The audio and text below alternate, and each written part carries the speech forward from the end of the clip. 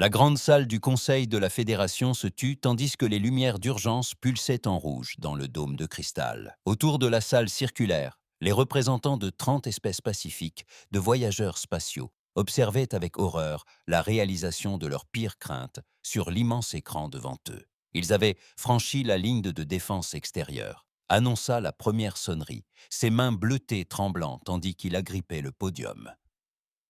L'essaim de cristaux a détruit notre dernière flotte majeure dans le secteur Nexus. Les représentants rassemblés ont paniqué. Certains ont pleuré ouvertement, tandis que d'autres discutaient dans leur langue maternelle. Leur civilisation, bâtie sur plus de 10 000 ans de coopération pacifique, était menacée d'extinction en quelques mois. Dans le chaos, le second président Green a discrètement rejoint le premier président Bell. « Il reste peut-être une option », murmura-t-elle, clignant nerveusement des yeux. Les archives interdites mentionnent une espèce venue d'un monde à forte gravité. On les appelle les humains. Bell se retourna brusquement. Les morts-mondeurs, c'est de la folie. Leur planète était signalée comme trop dangereuse pour être contactée. Nous n'avons plus beaucoup de choix, répondit Green. Les archives disent qu'ils ont évolué sur un monde dont la gravité est presque 2 fois supérieure à la nôtre. Leurs corps sont musclés, leurs os sont d'acier. Ils ont survécu aux prédateurs, aux catastrophes naturelles et à d'innombrables guerres. Le premier orateur regarda à nouveau l'écran, observant une autre colonie de la Fédération disparaître sous l'attaque de l'essaim de cristal. Ces êtres cristallins étaient apparus 6 mois plus tôt, se déplaçant dans l'espace telle une marée affamée, dévorant tout sur son passage. Les armes de la Fédération effleurèrent à peine leurs coques en diamant. « Montrez-moi le dossier !» ordonna Bell. L'écran holographique se modifia, affichant des images de la Terre. Les membres du Conseil restèrent une bouche bée devant des scènes d'humains escaladant des montagnes, plongeant dans les océans et construisant des villes dans des environnements hostiles. Leurs sondes de recherche avaient collecté ces données il y a des siècles, avant que la Terre ne soit déclarée trop dangereuse pour être contactée. « Leurs primitifs !» s'écria un représentant. « Ils ne maîtrisent même pas la vitesse de la lumière. Mais regardez leurs armes !» fit remarquer Green. Leur technologie militaire, bien que rudimentaire, se révèle remarquablement efficace. Ils comprennent la guerre d'une manière que nous n'avons jamais eu à apprendre. Le premier orateur Bell resta silencieux un long moment. L'essaim de cristal avait déjà détruit un quart de leur monde. Leurs armes, conçues pour le maintien de la paix, se révélèrent inefficaces face à la menace cristalline. Peut-être avait-il besoin de quelqu'un qui comprenne la guerre. « Préparez une transmission », ordonna-t-il finalement. « Envoyez-leur notre base de données technologiques complète en signe de confiance. Dites-leur tout sur l'essaim de cristal. Et, fit-il une pause, offrez-leur ce qu'ils désirent en échange de leur aide. » Le message prit forme rapidement. Les meilleurs linguistes de la Fédération s'efforcèrent de le rendre clair et simple. Ils incluaient des cartes stellaires détaillées, des spécifications techniques et des images des attaques de l'essaim de cristal. Plus important encore, ils ont ajouté leur conception technologique plus rapide que la lumière comme preuve de leur sincérité. Message prêt à être transmis, annonça l'officier des communications. « Envoyez-le », ordonna Bell. « Envoyez-le à tous les grands radiotélescopes et installations militaires de la Terre. » Le message traversa l'espace à une vitesse supérieure à celle de la lumière, fonçant vers la petite planète bleue que la Fédération avait autrefois craint de contacter. Pendant qu'ils attendaient, le président Bell s'adressa d'abord au Conseil. « Je sais que beaucoup d'entre vous craignent les humains. Les archives les qualifient d'agressifs, de territoriaux et d'une adaptabilité dangereuse. Mais en ce moment, nous avons précisément besoin de ces qualités. Impossible de raisonner l'essaim de cristal. Impossible de l'apaiser. Peut-être faut-il des habitants des mondes de la mort pour combattre des monstres. Sur Terre, à 3h47 précise, heure de Greenwich, tous les principaux radiotélescopes ont capté le signal. Les installations militaires du monde entier ont été placées en état d'alerte maximale. Les scientifiques travaillaient frénétiquement pour décoder le message complexe tandis que les dirigeants gouvernementaux étaient réveillés. Dans la chambre souterraine du Conseil de défense de la Terre unie, L'amiral William Ross fixait le message traduit sur son écran. Sa main, stable après 30 ans de service militaire, tendit la main vers le téléphone sécurisé. « Monsieur le Président, dit-il gravement, vous devez voir ça. Les étoiles appellent à l'aide et elles nous appellent. Partout dans le monde, l'humanité commença à s'éveiller. En orbite, les stations spatiales pointaient leurs capteurs vers l'extérieur. Dans les bases militaires, soldats et pilotes se réunissaient pour des briefings. Dans les chantiers navals, les ingénieurs étudiaient les données techniques extraterrestres avec un enthousiasme croissant. Les habitants des mondes mortels avaient entendu l'appel. Et pour la première fois de leur histoire, ils se retrouvèrent présentés non pas comme les monstres d'une histoire inconnue, mais comme l'espoir de toute une civilisation. La salle du Conseil de défense de la Terre unie vibrait de tension tandis que les dirigeants mondiaux se réunissaient pour la session d'urgence. Le message extraterrestre était diffusé, sur des écrans répartis dans la salle, montrant des scènes de destruction qui mettaient mal à l'aise même les vétérans les plus endurcis. L'amiral James Stone se tenait à la tribune, son visage buriné illuminé par l'écran holographique. « Mesdames et messieurs, commença-t-il, ce que nous voyons est une opportunité et une responsabilité. La Fédération nous a offert sa base de données technologiques complète en échange de notre aide, et nous sommes censés lui faire confiance. » Le général Roberts l'interrompit, la voix sceptique. « C'est peut-être un piège. » Stone a affiché les spécifications techniques partagées par les extraterrestres. Nos scientifiques étudient leur technologie plus rapide que la lumière depuis 12 heures. C'est réel. Plus important encore, ça marche. Nous avons déjà testé avec succès un prototype à petite échelle. La salle a explosé de surprise. Sur l'écran principal, le docteur Anna White, la plus éminente physicienne terrestre, est apparue par liaison vidéo. Ses yeux exprimaient de l'excitation, malgré son épuisement évident. « La technologie de la Fédération est incroyable », a-t-elle déclaré. « Leur propulsion plus rapide que la lumière nous ferait progresser de plusieurs siècles. Mais voici ce qui est fascinant. Ils n'utilisent jamais la plupart de leurs découvertes comme armes. Leurs boucliers sont purement défensifs. Leurs capteurs n'ont jamais été adaptés au ciblage. » Le président Wilson se pencha. « Et ces créatures cristallines, que savons-nous d'elles ?» Stone modifia l'affichage pour montrer des images de ces êtres cristallins. Ils se déplaçaient dans l'espace tels des essaims de formes géométriques, leur surface reflétant la lumière des étoiles, tandis qu'ils consumaient tout sur leur passage. « Il semble qu'il s'agisse de formes de vie à base de silicium », expliqua le Dr White. « Leur carapace est plus dure que le diamant, mais ils ont une faiblesse critique. La Fédération ne l'a jamais remarqué, car ils ne pensent pas comme nous. Ces créatures ne supportent pas les changements brusques de température. » L'amiral Stone eut un sourire sombre. « Et nous sommes experts pour faire chauffer des objets très rapidement. » Le représentant chinois prit ensuite la parole. « Et notre propre défense.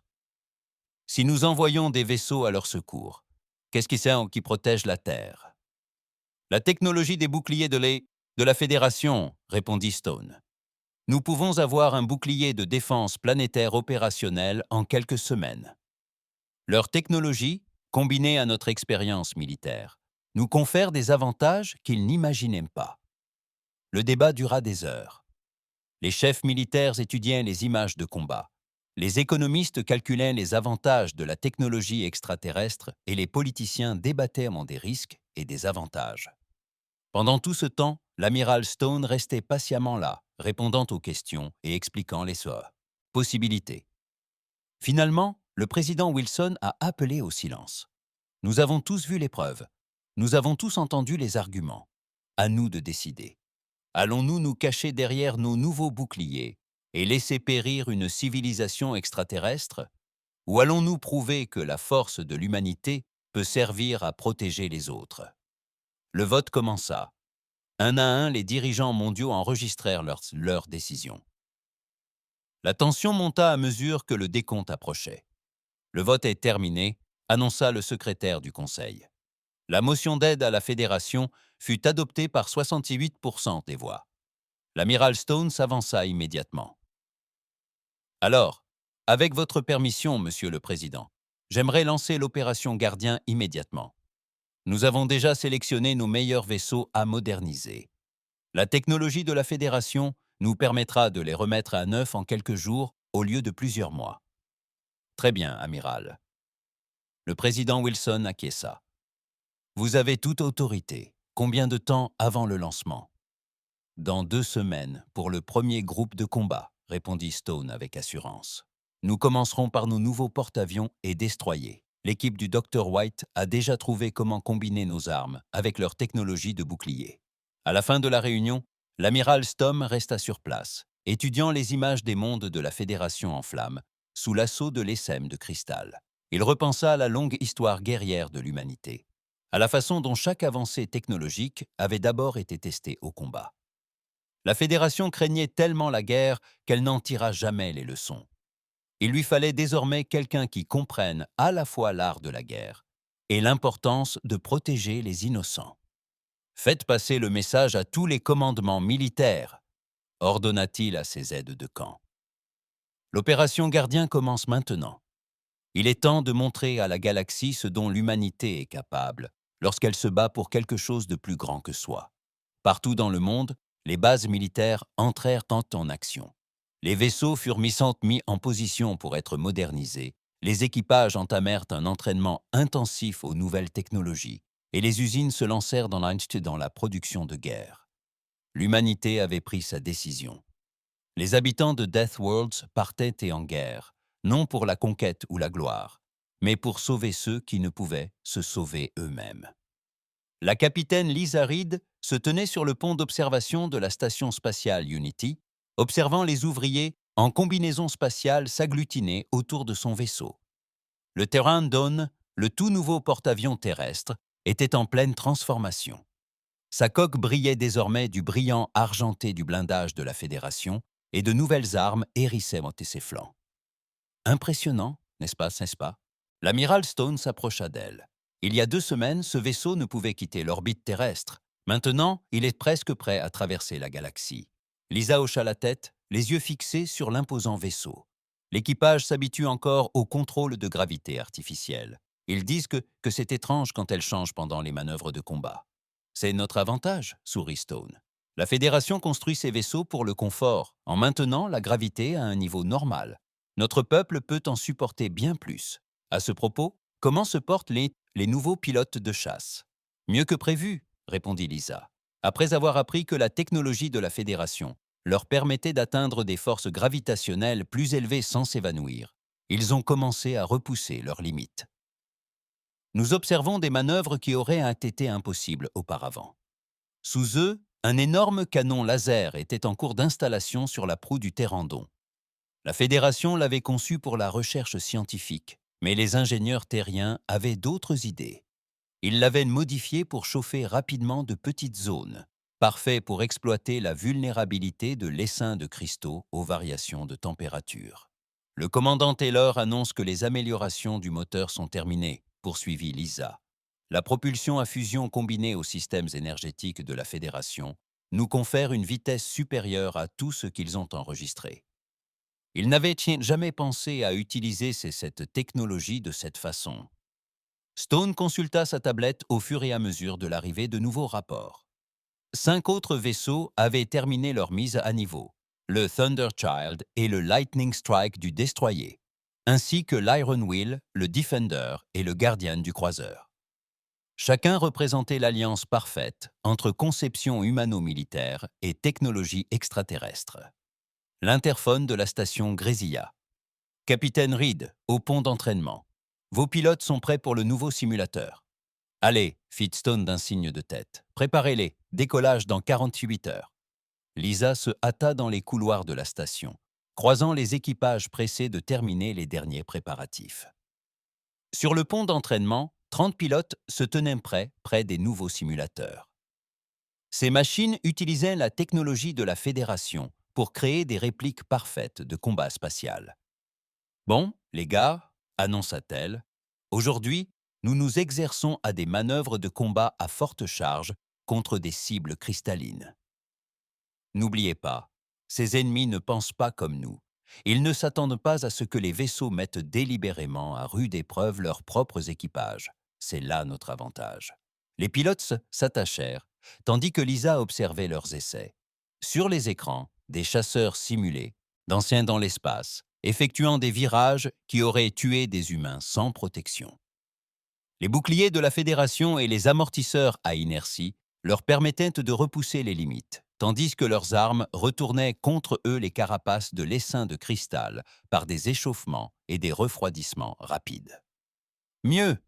cria-t-elle, tandis qu'un pilote parvenait à détruire un vaisseau cristal. « Ils sont solides, mais fragiles. Faites-les se briser. » Dans une autre partie de la station, des ingénieurs installèrent des missiles spéciaux conçus par l'équipe du Dr White. Chacun contenait un cœur de plasma surchauffé, entouré d'azote liquide gelé. La différence de température provoquerait des fractures de tension instantanées dans les coquilles cristallines des haricots. La radio bourdonnait d'informations du monde entier. D'autres vaisseaux étaient prêts. Les équipages avaient terminé leur entraînement. Les lignes de ravitaillement étaient établies. La première flotte de combat interstellaire de l'humanité prenait forme. La voix de l'amiral Stone parvint sur le canal général. « À tous les vaisseaux, ceci est votre dernière alerte de préparation. En 48 heures, nous écrivons l'histoire. La Fédération pense avoir des guerriers primitifs. En réalité, elle reçoit la force de combat la mieux entraînée et la mieux équipée que la Terre ait jamais produite. » Lisa termina sa formation de pilote et retourna au poste d'observation. Après avoir acquis la force de combat la mieux entraînée et la mieux équipée que la Terre ait jamais produite, Lisa termina sa formation de pilote et retourna au pont d'observation. L'aube terrienne avait changé d'aspect. Sa coque, construite sur Terre, était recouverte d'un blindage de la Fédération, capable d'encaisser des impacts qui auraient vaporisé du métal ordinaire. Ces armes combinaient innovation agressive et technologie extraterrestre avancée. « Prêt pour les dernières vérifications du système », annonça un technicien. « Commencez la séquence », ordonna Lisa. « Demain, nous commencerons à charger l'équipage. Après-demain, nous montrerons à la galaxie ce dont les humains sont capables. » Alors que la nuit tombait de ce côté de la station spatiale, les vaisseaux continuaient leurs préparatifs. Les lumières d'une douzaine de vaisseaux brillaient tandis que le premier groupe de combat interstellaire terrestre effectuait son dernier vol. Le saut à la vitesse de la lumière fut un clin d'œil. Un instant, la flotte terrestre planait près de Mars. L'instant d'après, elle apparut aux confins de l'espace de la Fédération. 6 vaisseaux de guerre terriens, menés par l'imposant aube terrienne, émergèrent de l'éclair lumineux. « Saut réussi », rapporta le navigateur Wilson depuis sa station sur la passerelle de l'aube terrienne. Tous les vaisseaux étaient présents et comptabilisés. Le capitaine Lisa Reed se leva de son siège de commandement, les yeux fixés sur l'écran principal. Une station de la Fédération se dressait dans l'espace devant eux, son architecture cristalline illuminant d'une lumière interne. Plusieurs petits vaisseaux se précipitèrent vers des positions défensives. Ici le commandant Tom Wells du vaisseau terrestre Terran Dawn, leur officier de communication, qui diffusait dans la langue de la Fédération. « Nous sommes ici pour répondre à votre demande d'aide. » Un long silence régna sur les ondes radio. Puis, une voix tremblante répondit. « Par tous les astres, vous êtes vraiment venus. Nous ne pensions pas que vous viendriez. » Les vaisseaux de la Fédération se rapprochèrent et leurs équipages aperçurent pour la première fois les humains. À travers les écrans et les hublots d'observation, les visages extraterrestres exprimaient un mélange de peur, d'espoir et d'étonnement. « Ils sont si obtus !» murmura un officier de la Fédération sur un canal ouvert. « Ce sont des muscles, ce sont des os, ce sont vraiment des morts-mondeurs. » Mark Thompson, l'officier de renseignement de la flotte, étudia les relevés des capteurs de la station de la Fédération. « Capitaine, appela-t-il, leurs systèmes défensifs sont primitifs comparés à ce qu'ils nous ont donné. Ils ne comprennent vraiment rien à la guerre. » La baie d'amarrage de la Fédération s'ouvrit, suffisamment grande pour accueillir une navette de l'aube terrienne. Le capitaine Reed sélectionna son équipe diplomatique, dirigée par le commandant Wells. Alors qu'ils s'apprêtaient à embarquer, elle leur donna les dernières instructions. N'oubliez pas, dit-elle, ils ont peur de nous. Montrez-leur que nous sommes là pour les aider, pas pour les conquérir. La navette atterrit en douceur dans la station de la Fédération. Dès que l'équipe sortit, elle remarqua immédiatement la différence de gravité. La gravité artificielle de la station était conforme aux normes de la Fédération, ce qui la rendait légère et fragile aux yeux des humains. Le premier orateur Bell les attendait pour les accueillir, entouré d'autres représentants de la Fédération. Ses yeux s'écarquillèrent tandis que les humains avançaient avec assurance dans ce qui, pour son peuple, était une gravité extrêmement faible. « Bienvenue, dit-il, son traducteur traduisant ses propos en anglais. Nous vous remercions de votre réponse, mais nous devons nous dépêcher. L'essaim de cristal approche de l'un de nos mondes centraux. » Le commandant Wells hocha la tête. « Montrez-nous vos écrans tactiques. Nous devons comprendre ce à quoi nous sommes confrontés. » Au centre de commandement de la station, les officiers de la Fédération observèrent avec surprise les humains parcourir rapidement les données, posant des questions pointues sur les positions militaires et l'emplacement des ressources. « Vous n'avez jamais concentré vos forces, » observa Thompson, étudiant leur schéma de défense. « Vous les avez dispersés pour tout protéger. » « Nous pensions que c'était la solution la plus équitable, » admit Bell. « Chaque monde mérite une protection. » « Équitable, mais inefficace, » répondit Wells. « Le capitaine Reed doit voir ça. » De retour à l'aube terrienne, Reed examina les données tactiques.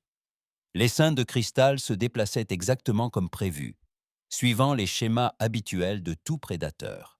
Ils attaquent d'abord les cibles les plus faibles, augmentant leur puissance, avant de s'attaquer à des objectifs plus difficiles. « Ce ne sont pas de simples formations de cristal, » réalisa-t-elle. « Ce sont des chasseurs, et ils n'ont jamais affronté de proies capables de riposter. » Les représentants de la Fédération sursautèrent tandis que les alarmes retentissaient dans leur station. « Les SEM !» cria Bell. « Ils sont apparus près de la colonie 7, plus tôt que prévu. » Reed se redressa dans son fauteuil de commandement. « Tous les vaisseaux terrestres, à vos postes de combat. »« Commandant Wells, retournez au vaisseau. » Premier orateur Bell, nous allons vous montrer comment les Mormondes combattent. Les équipages de la Fédération observaient avec admiration les vaisseaux terrestres se mettre en formation. Leurs moteurs explosaient plus fort que n'importe quel vaisseau de la Fédération, leurs équipages maîtrisant une accélération qui aurait assommé les hommes de Bell. « La colonie 7 est à 3 années-lumière, » dit Bell. « Il faudra. » Il s'arrêta, tandis que la flotte terrestre disparaissait en 6 éclairs de lumière, se précipitant directement à portée de combat de l'essaim de cristal. Les habitants de Deathworld s'apprêtaient tant à démontrer pourquoi leur monde avait produit des guerriers aussi puissants et pourquoi cette force pouvait être utilisée aussi bien pour protéger que pour détruire. L'espace de la colonie 7 bourdonnait d'activité tandis que la flotte terrestre mettait en place ses défenses.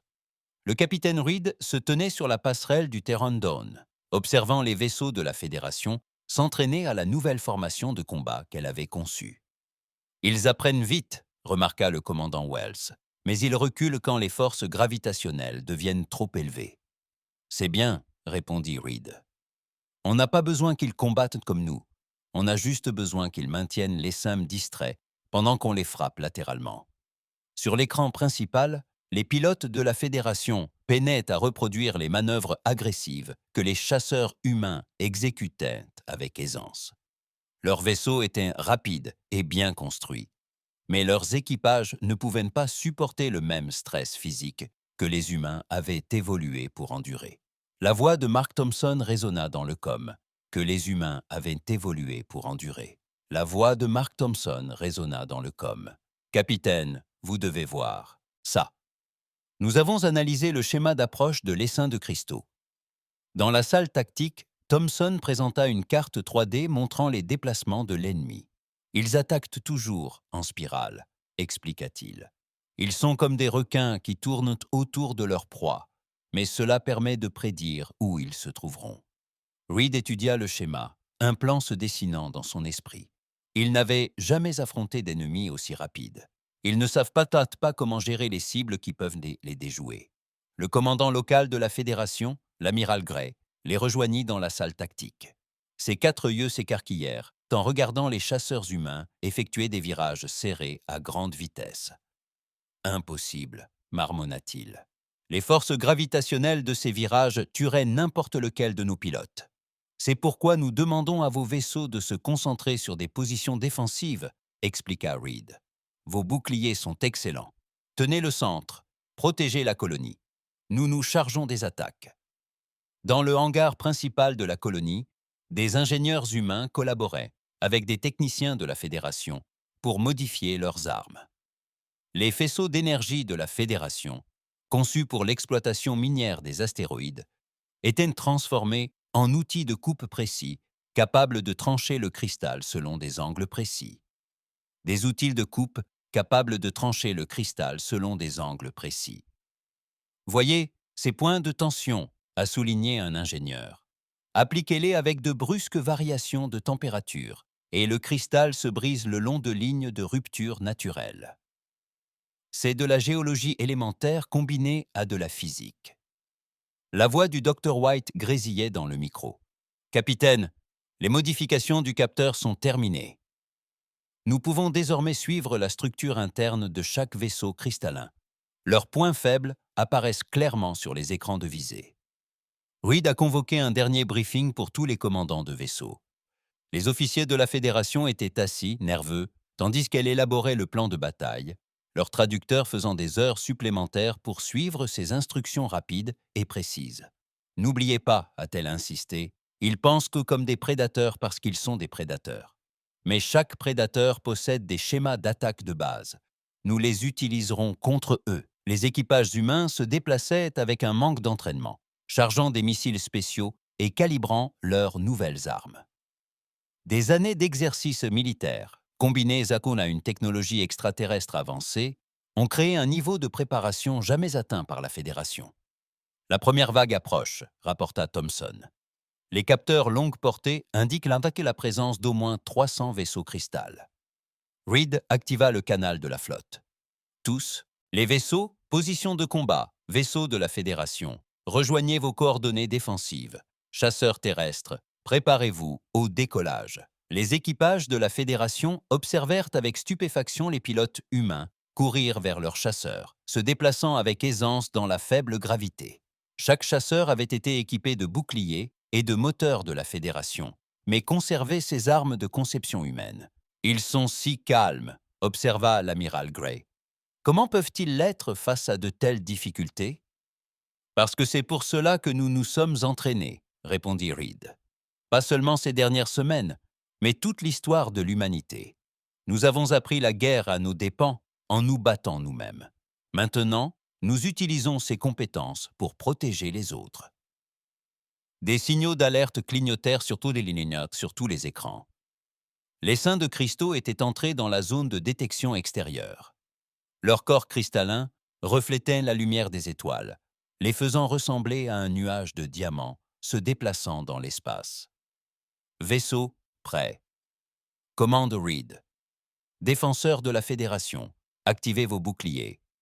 Chasseurs terrestres, lancez-vous dès que vous serez prêts. Les hangars s'ouvrirent et des escadrons de chasseurs terrestres se déversèrent dans l'espace. Leurs moteurs brillaient dans l'obscurité, tandis qu'ils se mettaient en formation d'attaque. Les vaisseaux de la Fédération formaient un cercle protecteur autour de la colonie, leurs boucliers créant une barrière superposée. Souvenez-vous de votre entraînement. Rediffusion à tous les vaisseaux. Combattez intelligemment. Combattez ensemble. Montrez-leur ce qui arrive quand on menace ceux qui sont sous protection humaine. L'essaim de cristal se rapprocha, ignorant qu'il allait affronter une espèce totalement nouvelle. Une espèce qui avait maîtrisé l'art de la guerre au fil d'innombrables générations de conflits et qui utilisait désormais cette maîtrise au service de la paix. Le vide spatial s'illumina lorsque l'essaim de cristal franchit pour la première fois les défenses de la colonie 7. Des centaines de formes cristallines, chacune rayonnante d'énergie interne, se ruèrent vers la ligne défensive. Le capitaine Reed observait depuis la passerelle du Terrandon le début de la bataille. « À tous les combattants, exécutez le schéma d'attaque Delta », ordonna-t-elle. Souvenez-vous de votre entraînement. Frappez et disparaissez. Ne les laissez pas prédire vos mouvements. Les chasseurs terrestres passèrent à l'action, se déplaçant à une vitesse incroyable. Les L'ESM de cristal, habitué aux victoires faciles contre des vaisseaux dispersés de la Fédération, se retrouva face à un ennemi d'un tout autre genre. Premier sang pour nous, annonça le chef d'escadrille Jack Porter, tandis que les missiles spéciaux de son escadron atteignaient leur cible. Les brusques changements de température ont instantanément brisé 3 vaisseaux de cristal, leurs fragments s'envolant dans l'espace. L'essaim de cristal a réagi avec une confusion visible. Leur formation serrée s'est disloquée alors qu'ils tentaient de traquer les chasseurs humains qui se déplaçaient trop vite pour leurs habitudes de chasse habituelles. Les observateurs de la Fédération ont observé avec stupeur les pilotes terrestres effectuer des manœuvres qui auraient mis hors de combat n'importe lequel de leurs propres équipages. Ligne de défense de la Fédération, maintenez votre position. Reed ordonna en voyant des vaisseaux vaciller. Laissez-les venir à vous. Vos boucliers sont plus forts. Ensemble. L'ESM de cristal se divisa en petits groupes, cherchant des points faibles dans la défense. Mais où qu'ils se tournent, des combattants humains étaient là pour les affronter. L'espace autour de la colonie 7 devint une danse mortelle de lumière et de cristal. Ils tentent de se regrouper. Thompson appela de son poste tactique. Réponse habituelle d'un prédateur. Ils se replient pour reformer leur stratégie de chasse. Reed sourit d'un air sombre. Pas cette fois. Aubée terrienne, poste de combat. Tous croiseurs. Suivez-moi. Il était temps de leur montrer de quoi un véritable vaisseau de guerre était capable. Les imposants vaisseaux terrestres avançaient, leurs moteurs vrombissant. Les observateurs de la Fédération restèrent bouche bée tandis que les vaisseaux humains accéléraient à des vitesses qui auraient écrasé leurs propres équipages. L'ESM de cristal, pour la première fois de son existence, se retrouva traqué. « Faites feu dès que vous serez prêts », ordonna Reed. « Visez leurs points de stress. » Les armes modifiées de la Fédération du Terrandon firent son feu, envoyant des faisceaux d'énergie précis qui chauffèrent des points précis des vaisseaux de cristal. Immédiatement après, des missiles créaux de conception humaine frappèrent les mêmes points. La différence de température fut catastrophique pour les êtres cristallins. Des dizaines de vaisseaux de cristal se brisèrent sous l'assaut. Les survivants tentèrent de se disperser, mais les chasseurs terriens les encerclaient. Chaque voie de fuite menait à de nouvelles attaques, des frappes plus précises sur leurs faiblesses structurelles. Les vaisseaux de la Fédération progressèrent. Reed ordonna « Exploitez l'avantage ». Inspirés par le succès humain, les vaisseaux de la Fédération avancèrent, leur formation défensive se transformant en une vague d'attaques. Leurs boucliers, initialement conçus pour la protection, servaient désormais de bélier contre les l'ESM de cristaux affaiblis. « Ils se brisent », annonça Thompson avec enthousiasme. Leur formation est complètement dispersée. La bataille tourna à la déroute. Privés de leur schéma de chasse coordonné, les l'ESM de cristal sombra dans le chaos. Certains tentèrent de fuir, mais se heurtèrent à des combattants humains. D'autres tentèrent de riposter, mais leurs tactiques habituelles furent inefficaces face à des ennemis capables de les déjouer. Le capitaine Wells rapporta depuis sa station que des combats similaires étaient observés dans l'espace de la Fédération. Les l'ESM reculent partout. Ils font face à des vaisseaux humains. La nouvelle se répandit rapidement parmi les équipages humains et de la Fédération. Les l'ESM de cristal, qui semblaient invincibles quelques jours auparavant, étaient repoussés par la puissance combinée des boucliers torsidés de la Fédération et des compétences de combat humaines. Alors que les derniers vaisseaux de cristal s'enfuyaient ou étaient détruits, des acclamations fusèrent sur tous les canaux. Les équipages de la Fédération célébraient avec incrédulité, tandis que les pilotes humains regagnaient leur porte-avions en poussant des cris de joie. La voix du premier orateur Bell parvint sur le canal principal. « C'est impossible. Vous avez accompli ce que nous pensions impossible. L'ESM de cristal se retire de tout l'espace de la Fédération. Terminé. L'ESM de cristal se retire de tout l'espace de la Fédération. » Reed regarda l'écran tactique, voyant les derniers signaux ennemis disparaître. « Pas impossible, répondit-elle. Il fallait simplement changer de mentalité. Votre technologie et notre expérience du combat formaient la combinaison parfaite. Dans les jours qui suivirent, les scientifiques de la Fédération travaillèrent en étroite collaboration avec des experts militaires humains. Ils commencèrent à comprendre comment se défendre, apprenant non seulement à compter sur leurs boucliers, mais aussi à protéger activement leur territoire. Sur le pont d'observation du Terran Dawn, Reed se tenait aux côtés de l'amiral Stone, observant les vaisseaux de la Fédération s'entraîner à de nouvelles manœuvres de combat. Le Conseil de la Fédération a proposé une alliance de défense permanente. Stone l'en a informé. Ils souhaitent que la Terre les aide à former leurs équipages et leur apprenne à se protéger. Reed hocha la tête, observant un vaisseau de la Fédération réussir une manœuvre d'évitement complexe. Ils apprennent vite. Ils avaient juste besoin de comprendre qu'être fort ne signifie pas être cruel. C'est pour ça qu'ils nous ont appelés, répondit Stone. Ils avaient besoin de guerriers capables de se battre sans se transformer en monstres. L'histoire de la Terre nous l'a appris à nos dépens. La nouvelle de la victoire se répandit dans tout l'espace de la Fédération. Les récits de bravoure et d'habileté humaine devinrent légendaires parmi les espèces extraterrestres qui avaient autrefois craint les habitants des mondes de la mort. Les équipages de la Fédération servaient fièrement aux côtés des officiers humains, apprenant l'art de la défense auprès d'eux, ceux qu'ils considéraient autrefois comme trop dangereux pour être contactés. L'essème de cristal ne revint jamais dans l'espace de la Fédération. Peut-être avait-il appris que certaines proies pouvaient riposter, ou peut-être avait-il simplement trouvé des terrains de chasse plus faciles dans l'immense galaxie. Mais leur bref règne de terreur avait transformé la Fédération à jamais. Un mois après la bataille, le Conseil de la Fédération organisa une cérémonie pour accueillir officiellement la Terre au sein de son alliance. Le premier orateur Bell se présenta devant les représentants d'une centaine de mondes pour faire cette annonce. « Nous avons autrefois craint les humains, déclara-t-il, jugeant leur monde trop dangereux pour être contactés.